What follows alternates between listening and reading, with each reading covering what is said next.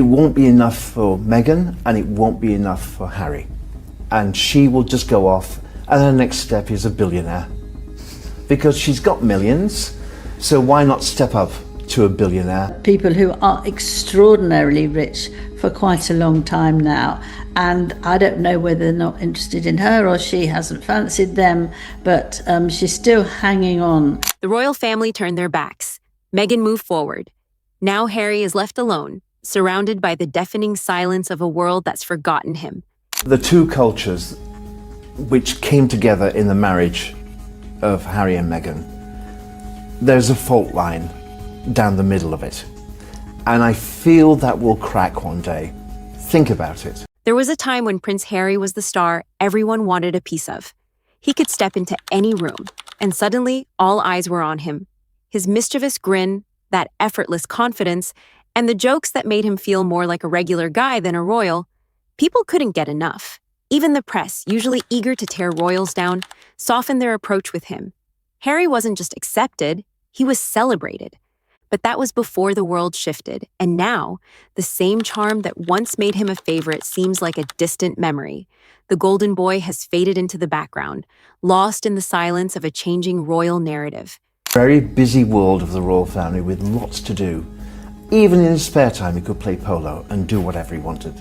He was a royal full of contradictions, someone who marched into battle as a soldier, yet found himself sneaking out of clubs in the dead of night. A man born into untold privilege, yet somehow managed to come off as down-to-earth. Harry was the kind of royal who made you believe you could just grab a drink with him and chat like old friends. Where is my work? And I think that will wear thin in time.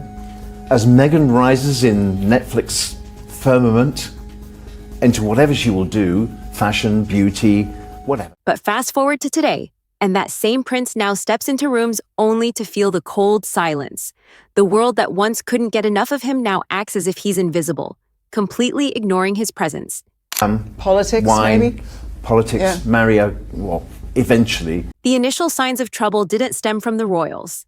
It all started in Hollywood. When Harry and Meghan arrived in California, they were the new it couple. Celebrities were eager for their attention. Film producers pitched endless deals, and everyone wanted to say they'd shared a meal with the Sussexes. They were the royal outsiders turned Hollywood's hottest power duo. Meghan didn't actually love him and didn't really care for him. By 2025, the glitter had faded. Quietly, without any public announcements or dramatic exits, the invitations stopped coming. Harry's name no longer appeared on guest lists, and events that once revolved around him proceeded without his presence. Publicists began advising clients to steer clear, not because Harry was involved in scandal, but because he had become too unpredictable. No one wanted to risk becoming the next subject of his book or podcast. A simple dinner with Harry could end up as part of a documentary, and for the image-conscious Hollywood elite, that's a gamble no one's willing to take. Together, do they? But I remember very clearly, it wasn't long ago. Producers and industry insiders have been even more direct. One allegedly referred to him as the exiled royal who can't stop talking. Another simply remarked, he had his chance. He blew it. These aren't just critics, they're the same people who once scrambled to call him a friend. Now they act as if he never existed. Women want to marry very, very rich men because they'll have loads of money to buy clothes and a lovely house and they don't have to wash up and all that. While Harry may be quietly unraveling, Meghan is seething with frustration. This isn't the way she envisioned things turning out. The California dream was supposed to elevate them into a new kind of royalty, the shining stars of Hollywood, the power, the influence, the brand deals, the endless applause. Instead, she's watching as her meticulously crafted empire begins to fall apart. Behind the flawless smiles and perfectly staged photos, sources say Meghan is boiling with anger, angry that the empire she worked so hard to build around their names is slipping away, angry that the man she risked everything for, her husband, her partner, has somehow become irrelevant. Personally, is that I don't think that Harry had any clue that somebody potentially close to his wife spoke privately to Omid Scobie about the alleged royal racist that ended up in Endgame. She's never one to sit idly by, waiting for a comeback. Meghan has always played the game with control, optics, and strategy. Now, as the world slowly begins to turn away from them, insiders claim she's pivoting, rethinking not just their public image, but Harry's role in it.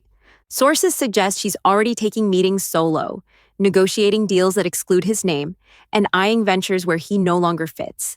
Some even whisper she's forming alliances with new power players, Hollywood executives, investors, and perhaps even someone new in her personal life. Every move appears calculated, a reshaping of her empire on her own terms. Of someone close to Prince Harry doing something behind his back. That's interesting. Yeah, I do think Harry has said that Whether that final piece is fact or just tabloid conjecture is irrelevant. In Meghan's world, perception rules above all else. And at this moment, every gesture, every glance, every stance is shouting one thing: solo. They don't. So anybody who's got a nerve in their head. For Harry, that realization cuts deep, a dagger to the heart. The woman who once promised to stand by him through it all might already be mapping out her exit. As the silence in Hollywood became unbearable, Harry made a move that took everyone by surprise. He returned to the UK. This wasn't about reminiscing or reconnecting with a place that once adored him. No, this was about survival. A last-ditch effort to prove he still had relevance, still had a place in a world that had all but forgotten him. Think about what he believes Harry saw in Meghan when they met. And obviously you were still writing your biography of Harry around that point, so I'm interested to know your take, but just watch his first and then I'll get you to read. Here's the twist, though. Sources suggest it wasn't even Harry's decision. Meghan is said to have been the one pulling the strings all along. Every handshake, every photo, every speech, carefully orchestrated by her team. From the events he attended to the people he was accidentally seen with, it was all part of a meticulously planned mission to make Harry seem relevant once more. But in the end, it fell flat. Meghan Markle, in my opinion, could be behind the leak. We saw a string of glorious, gorgeous images of Catherine, the Princess of Wales, at Wimbledon. We saw, oh my God, Prince William on a polo horse. Yeah. You know, we just saw this really great, and we're not talking about the horse. The reception was nothing short of chilling. Royal aides treated him more like a guest than a son returning home. Polite smiles, formal nods, courtesy, but no warmth. The kind of politeness that stings more than outright rejection. His old friends weren't much different.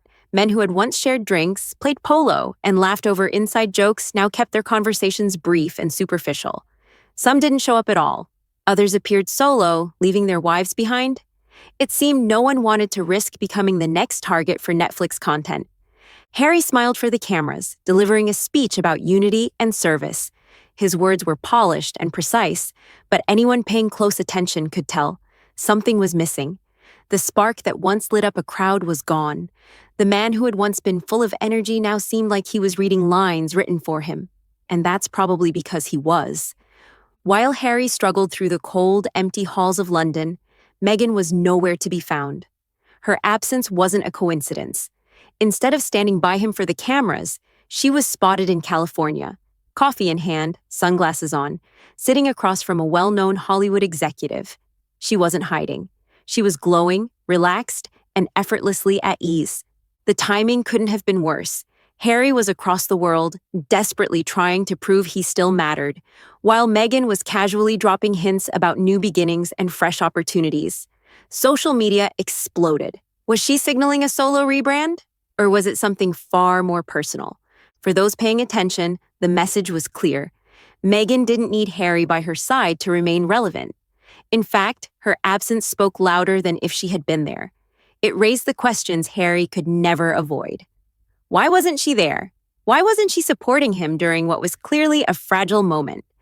Some insiders believe it was a test, a way to see if Harry could stand on his own and prove the world still cared about him without her carefully curated presence. Others think it was all about optics. Meghan showing the world she had her own path, her own power, and her own future. And with that, the stage is set. The story of the Sussexes continues to unfold, but whether it's together or apart remains the question.